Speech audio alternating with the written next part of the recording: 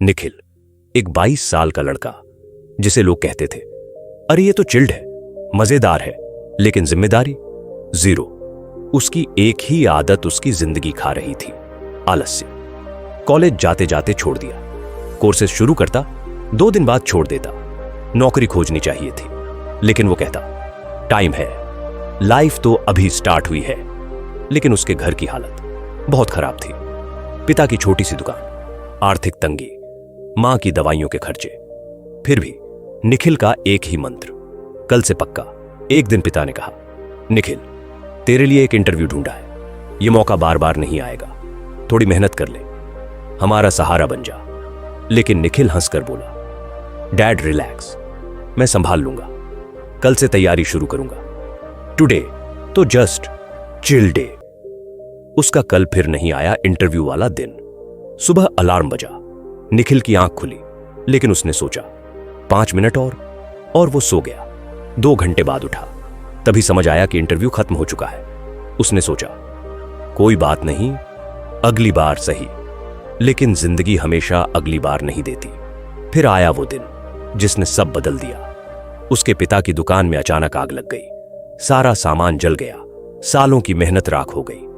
उसके पिता घर आए, थके हुए, टूटा हुआ चेहरा, और कहा, निखिल, अब मेरे पास कमाने का कोई जरिया नहीं, अब तुम्हें ही कुछ करना पड़ेगा। वो पहली बार था जब निखिल की हंसी गायब हो गई। उस रात निखिल अपनी मां के कमरे में गया। मां के हाथ कांप रहे थे। वह अपने पुराने नोट्स चेक कर रही थी कि कौन सी दवाई सस्ती मिल सकती है। निखिल यह सब देख नहीं पा रहा था। उसने खुद से कहा, इनफ, अब नहीं। उसे याद आया कि गांव में एक नौकरी का मौका था, एक मिल में काम करने का। तुरंत निकल गया। लेकिन जब वहां पहुंचा तो मैनेजर ने कहा, हमने तुम्हारे ही क्लास के रोहित को रख लिया। वो इंटरव्यू देने सुबह 6 बजे ही आ गया था। निखिल के पैरों तले जमीन खिसक गई। रोहित वही था जिसे वह हमेशा चिढ़ाता था।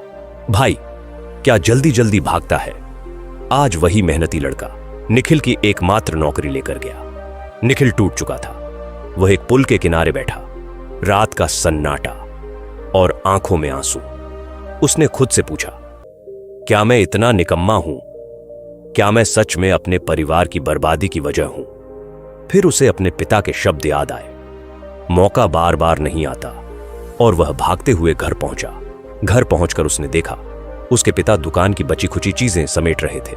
निखिल ने कहा, पापा, मैं काम करूंगा, आप बस आराम करें। पिता ने गहरी सांस ली और कहा, बेटा, आज सुबह जो इंटरव्यू तूने मिस कर दिया था, वही हमारी किस्मत बदल सकता था। निखिल रोते हुए बोला, पापा, एक मौका और दे दो।